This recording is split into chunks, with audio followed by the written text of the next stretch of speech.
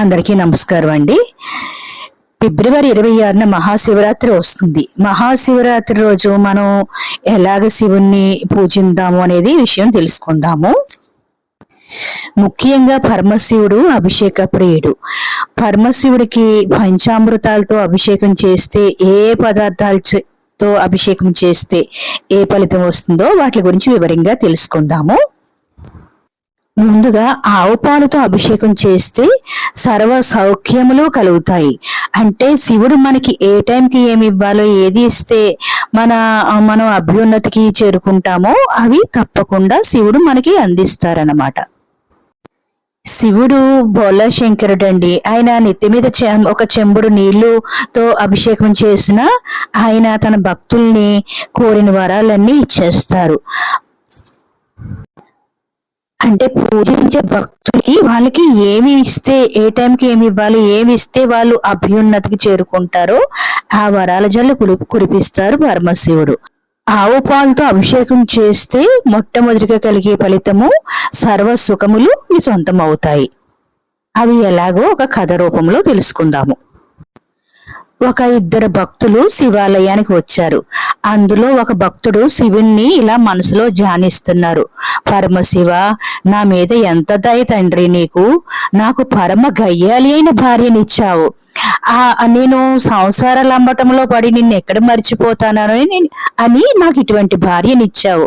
ఆ కారణం చేత ప్రతి క్షణము నేను ధ్యానిస్తున్నాను, పూజిస్తున్నాను.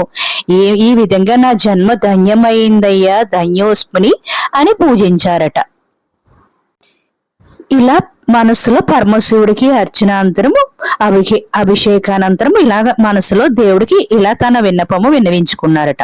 ఇక మరొక భక్తుడు, స్వామి, ఏమి నా అదృష్టము, నాకు పరమ అనుకూలవతి అయిన భార్యనిచ్చావు. నిత్యము నన్ను ఎంతో ప్రేమగా చూసుకుంటుంది, నా పిల్లల్ని ఎంతో ప్రేమగా చూసుకుంటుంది.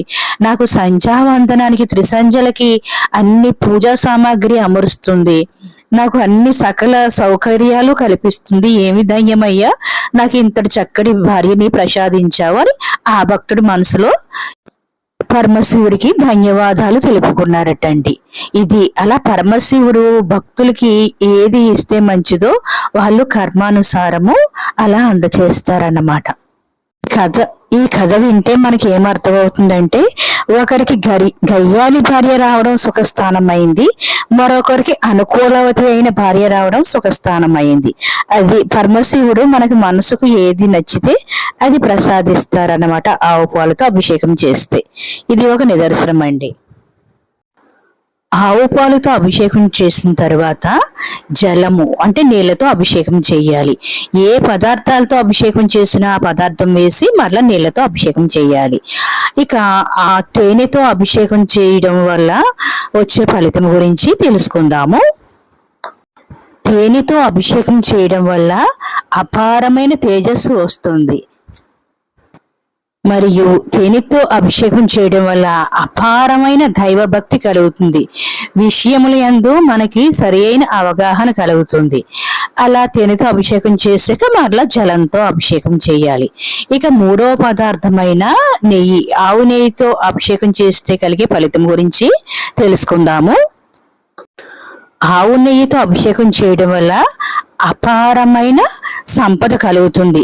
లక్ష్మీ అనుగ్రహం సంపూర్ణంగా కలుగుతుంది అన్నమాట. ఆవు నెయ్యితో అభిషేకం చేయడం వల్ల సిరి సంపదలు మన సొంతం అవుతాయి అన్నమాట.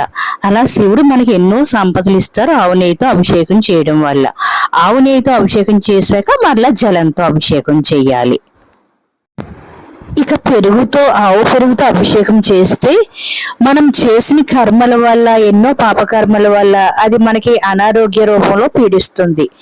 ఆ అనారోగ్యాలు తొలగాలంటే ఆవు పెరుగుతో అభిషేకం చేసి, పరమేశ్వర, నేను చేసిన తప్పులు మన్నించు, నాకు మంచి ఆరోగ్యాన్ని ప్రసాదించు అని ఆవు పెరుగుతో అభిషేకం చేస్తారన్నమాట. ఆవు పెరుగుతో అభిషేకం చేసిన తర్వాత మళ్ళీ తిరిగి జలంతో అభిషేకం చేయాలి. ఇక పంచామృతములో చివరిది 5వది పంచదార. ఈ పంచదారతో అభిషేకం చేస్తే ఎటువంటి ఫలితం వస్తుందో తెలుసుకుందాము. దేహాభిమానమే పంచదార.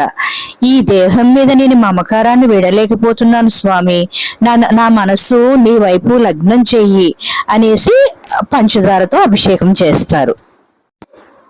పంచదారతో అభిషేకం చేసిన తర్వాత తిరిగి మరలా జలంతో అభిషేకం చేస్తారు.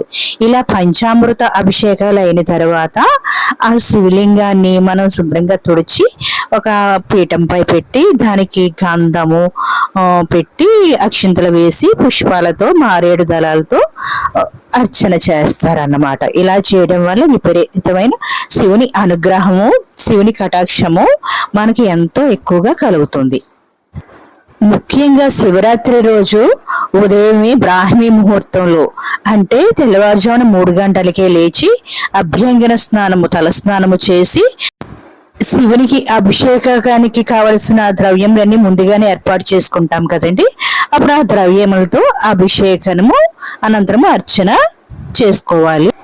శివుడికి మారేడు దళాలంటే చాలా ఇష్టం అండి. కనీసం కొన్ని బిల్వ దళాలన్నా మనం సేకరించి శివ పూజలో వినియోగిస్తే లక్ష్మీ కటాక్షము.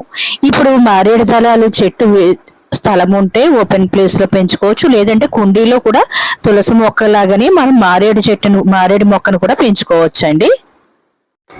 శివరాత్రికి ముందు రోజే మనం ఇంటిని శుభ్రం చేసుకునే ఒక బకెట్ నీళ్ళలో సముద్రపు ఉప్పు అంటారు, ఆ ఉప్పు వేసి మనం ఏదైనా ఒక డిటర్జెంట్ కానీ ఒక లిక్విడ్ కానీ వేసి అందులో గోపంచకం వేసి ఇల్లంతా శుభ్రం చేసుకుంటే మనకి ఎటువంటి దోషాలున్నా ఇంటి దోషాలు కూడా తొలగిపోతాయండి.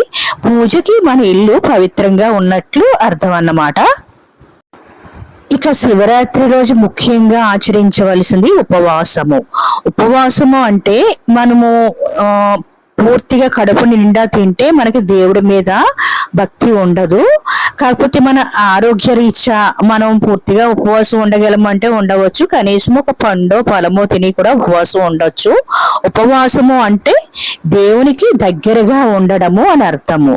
అంటే మనస్సులో నిరంతరము శివాయ నమః శివాయ నమః అని పరమశివుని ధ్యానించుకుంటూనే ఆ రోజు ఉపవాస దీక్ష చేస్తే చాలా మంచిది.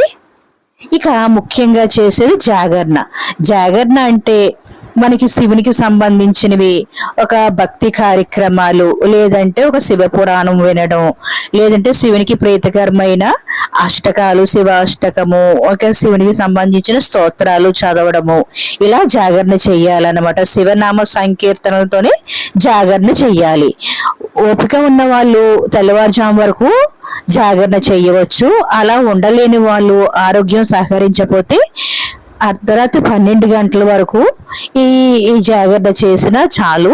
ఇక శివరాత్రి రోజు ప్రత్యేకంగా చేయవలసింది ఉదయం అభిషేకం కాకుండా సాయంత్రం నుంచి 12 గంటల లోపల రుద్రం చదువుతూ ఒక 11 సార్లు అభిషేకం చేస్తే చాలా మంచిది.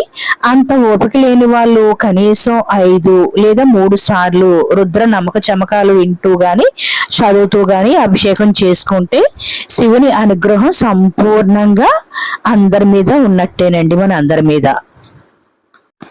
ఇక శివరాత్రి రోజు మనం నైట్ అంతా అర్ధరాత్రి వరకు మెలకుగా ఉంటాము, లేదంటే తెల్లవారుజాము వరకు మెలకుగా ఉంటామని మధ్యాహ్నము భోజనం అనంతరము చాలా మంది పడుకుంటుంటారు.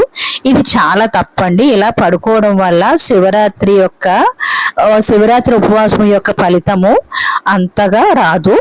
మనం ఎంత చేసుకుంటే అంత ఫలితం అండి. మనం నిష్టగా రోజంతా శివుణ్ణి ధ్యానిస్తూ ఉపవాసం ఉండి ఆ నైట్ అంతా శివుని ధ్యానిస్తూ స్తోత్రాలు చేస్తూ అభిషేకం చేసుకుంటూ శివార్చన చేస్తూ శివ పురాణం వింటూ శివుని స్తోత్రాలు చదువుతూ ఉంటే ఇంకా అత్యంతమైన పుణ్యం అండి.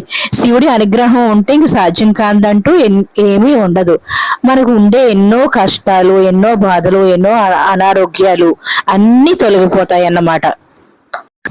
ఇలా శివరాత్రి పర్వదినం మనం ఎంత పవిత్రంగా చేసుకుంటే మన జీవితం కూడా అంత సుఖవంతంగా, సంతోషంగా, ఆరోగ్యంగా, ఆనందంగా, ఐశ్వర్యంతో జీవిస్తామండి. ఇది శివరాత్రి యొక్క మహత్యము.